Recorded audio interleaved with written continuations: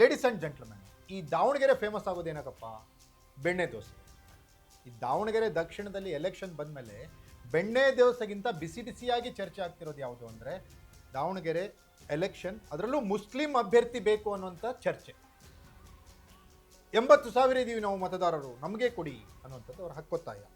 ತಪ್ಪಲ್ಲ ಕೇಳೋದ್ರಲ್ಲಿ. ಇದು ಕಾಂಗ್ರೆಸ್ಗೆ ಯಾವ ರೀತಿ ಎಚ್ಚರಿಕೆ ಗಂಟೆ? ಕಾಂಗ್ರೆಸ್ ಅಲ್ಪಸಂಖ್ಯಾತರ ಓಲೈಕೆಯಲ್ಲಿ ತೊಡಗಿದೆ, ನಿರತರಾಗಿದೆ ಅಂತ ಏನು ಹೇಳ್ತಾರಲ್ಲ ವಿರೋಧ ಪಕ್ಷಗಳು, ಆರೋಪ ಮಾಡ್ತಾವಲ್ಲ, ಅದು ನಿಜ ಆಗಿದ್ರೆ, ಅಲ್ಪಸಂಖ್ಯಾತರು ಕಾಂಗ್ರೆಸ್ನಿಂದ ಲಾಭವನ್ನು ಪಡಿತಿದ್ದಾರೆ ಅನ್ನೋದನ್ನು ನಿಜ ಅಂತ ಅಂದ್ಕೊಂಡಿದ್ರೆ, ಈ ಸ್ಟೋರಿಯನ್ನು ನೀವು ಕಾಂಗ್ರೆಸ್ಸಿಗರು ನೋಡಬೇಕು, ಅಲ್ಪಸಂಖ್ಯಾತರು ನೋಡಬೇಕು. ಬಿಗ್ ಸ್ಟೋರಿ, ನೆಲ ಜಲ ಭಾಷೆಗಾಗಿ ಪ್ರಾಮಾಣಿಕ ಪತ್ರಿಕೋದ್ಯಮ. ನಾನು ಹೇಳಿ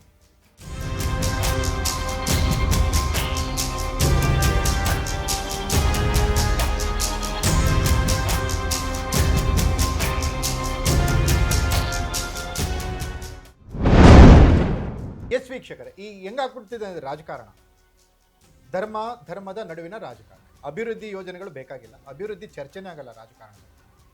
ಯಾವ ಜಾತಿಯವನು ಯಾವ ಧರ್ಮದವನು ಅನ್ನೋದ್ರ ಮೇಲೆ ಈಗಿನ ರಾಜಕಾರಣ ಸೋಲು ಗೆಲುವು ನಿರ್ಧಾರ. ಇಂಥ ಸಂದರ್ಭದಲ್ಲಿ ಕಾಂಗ್ರೆಸ್ಗೆ ಎಚ್ಚರಿಕೆಯ ಗಂಟೆಯೊಂದು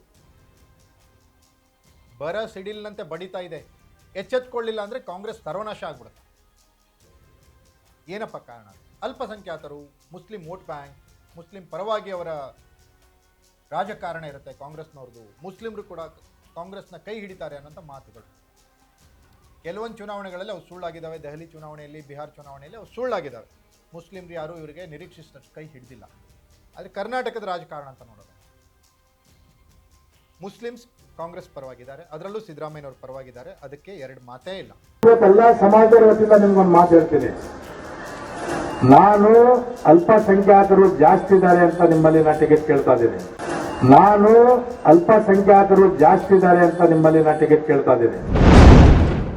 ದಾವಣಗೆರೆಯಲ್ಲಿ ಉಪಚುನಾವಣೆ, ಶಾಮನೂರು ಶಿವಶಂಕರಪ್ಪನವರು ತೀರು ಹೋಗಿರುವಂಥ ಸ್ಥಾನ ಖಾಲಿಯಾಗಿದೆ, ಅದಕ್ಕೆ ಚುನಾವಣೆ. ಈ ಚುನಾವಣೆಗೆ 80,000 ಮತದಾರರು ನಾವಿದ್ದೀವಿ, ನಮಗೆ ವೋಟ್ ಕೊಡಿ ಅಂತ ಅಲ್ಪಸಂಖ್ಯಾತರು, ಮುಸ್ಲಿಂ ನಾಯಕರ ಹಕ್ಕೊತ್ತಾಯ. ಅದು ತಪ್ಪಲ್ಲ. ಕಾಂಗ್ರೆಸ್ಗೆ ಹೇಗೆ ಎಚ್ಚರಿಕೆ ಗಂಟೆ ಆಗುತ್ತೆ ಇದು? ಇಲ್ಲಿದೆ ನೋಡಿ ಸ್ಫೋಟಕ ಸತ್ಯ. ಇವರು ಕಾಂಗ್ರೆಸ್ನವರು ಅಲ್ಪಸಂಖ್ಯಾತರನ್ನು ಓಲೈಕೆ ಮಾಡಿಕೊಂಡು ಅವ್ರನ್ನ ಬೆಳೆಸ್ಕೊಂಡು ಬರ್ತಾ ಇದ್ದಾರೆ. ಅವರು ಒಂದು ನಿರ್ದಿಷ್ಟ ಸಂಖ್ಯೆಯನ್ನು ತಲುಪುವವರೆಗೂ ಕಾಂಗ್ರೆಸ್ನ ಜೊತೆಗೆ ಇರ್ತಾರೆ. ಆ ಸಂಖ್ಯೆಯನ್ನು ತಲುಪಿದ ಮೇಲೆ ಕಾಂಗ್ರೆಸ್ ಯಾಕೆ ಬೇಕು, ನಾವೇ ಇದ್ದೀವಲ್ಲ ಅಂತ ಅವ್ರ ಮನಸ್ಸಲ್ಲಿ. ಈ ರೀತಿ ಹಲವು ಎಕ್ಸಾಂಪಲ್ಸ್ಗಳನ್ನು ನೀವು ನೋಡಿದ್ದೀವಿ.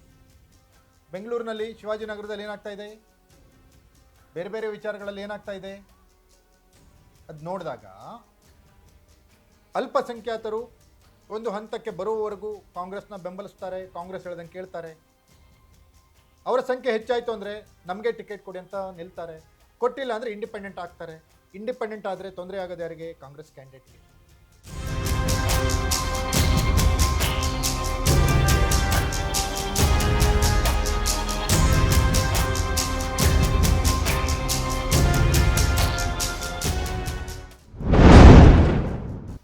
ಈ ರೀತಿಯ ರಾಜಕೀಯ ಹೊಸ ದಿಕ್ಕಿನತ್ತ ಹೊರಳ್ತಾ ಇದೆ ಅಲ್ಪಸಂಖ್ಯಾತರ ಸಂಖ್ಯಾಬಲದಿಂದ.